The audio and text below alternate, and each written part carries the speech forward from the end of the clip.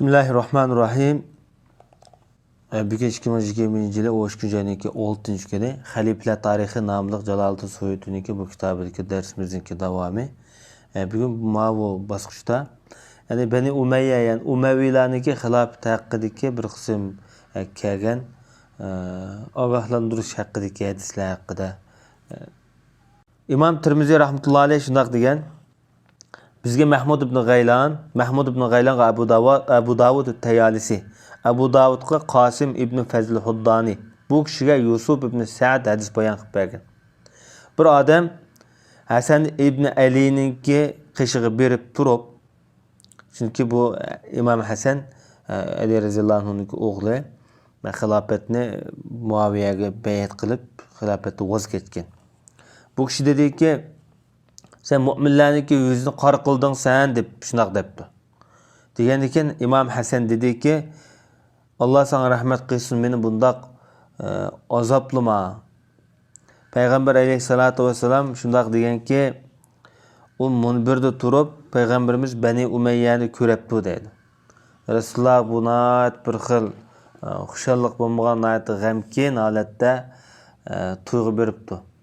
Şu vaqtida inna a'taynakal kavsar, undan boshqa inna anzalnahu fi laylatil qadr degan oyatlar tushgan. Bu yerdagi oxirdagi yani 1000 oy deganni sendan keyin Bani Umayya yani Umayyalar jamiyati hokimiyat yurgizdi degan bo'ladi degan deydi. Mana bu demak Qasim dediki, bizningki sonimiz demak bu yerda 1000 oy edi deydi.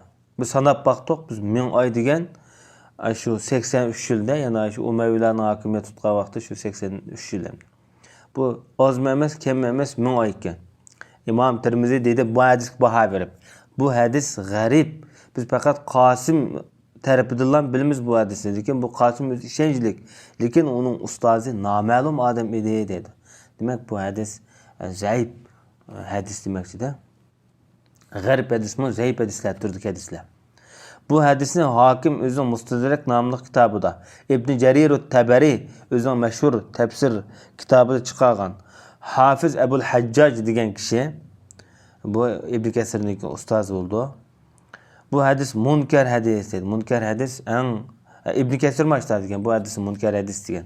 Demek munkar hadis degan bu aşında emel kılınmaydıgan hadislarning o'zini munkar hadis deymiz. Yani itiraf qilinmaydigan hadislarda.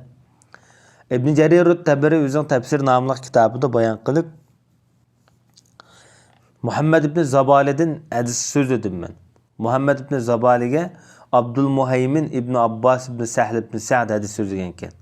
Bu kishi deydi, menga dadam, cho'ng dadamdan hadis bayon qilib bergan edi deydi. Cho'ng dadasi mundaq degan ekan. Abdulmuhayminning cho'ng dadasi. Payg'ambar alayhissalatu vassalam Benil Hakemni deydi. Yani Umayyalar jamiyatidagilarni Hakemning bolalari deb bo'ladi. Bular payg'ambarimizning o'zining munbirda shu maymundek saklaganligini ko'rgan ekan, Rasululloh buni ko'rib, yani bu kishini ko'rgan ekan demakchi-da. Bu Rasululloh buni ko'rib, nihoyat g'amkin bo'lib, bu ishdan bir xil xafa bo'libdi. Şunun yağı Resulullah ölüp ketken kadar bir qaqaqlab bir külüp bakmagan debdi. Allah Teala bu vaqtda biz sana ko'rsatgan tushni faqat kishilar uchun fitna qildik degan oyat. Va ma ja'alna ru'yallati araynaka illa fitnatan lin-nas deb mushayatni tushgan debdi. Endi shundaq to'qilma rivoyatlar shu vaqtida shu balkim Umayyalar sultonligini ayiblaydigan Şialar yoki Rafizilar yoki Abbasilarni qo'llaydigan bir qism yomon niyatli kishilar tarafidan to'qilgan so'zlar yoki hadislar bo'lishi mumkin. İbn Cerir Tabari dediki bu hadisin isnadi nihoyat zaif. Lekin bu hadisninki ba'zi bir shohidlari undan boshqa bir labzi kelgan o'rtoqlashadigan bir mazmundagi hadislar bor. Abdullah ibn Umardan, Ya'li ibn Murraning, Husayn ibn Ali'ning hadislardan va ulardan boshqa. Bunun hammasini o'zim bilan tafsir Musnad nomli kitobimda ekkeldim ve onunla Asbabun Nuzul nomli buniki kitobimda bu hadislarning hammasiga men ishorat qilib o'tdim deydi. Bu vaqtdagi mazmunlarni texmi keng holatda bilmoqchi bo'lgan do'stlarning shu Ibn Jarir Tabariyniki tafsiriga qarab bakışını tavsiye qilamiz. Ve sallallahu ala nebiyina Muhammed ve ala alihi ve sahbihi ve sellem.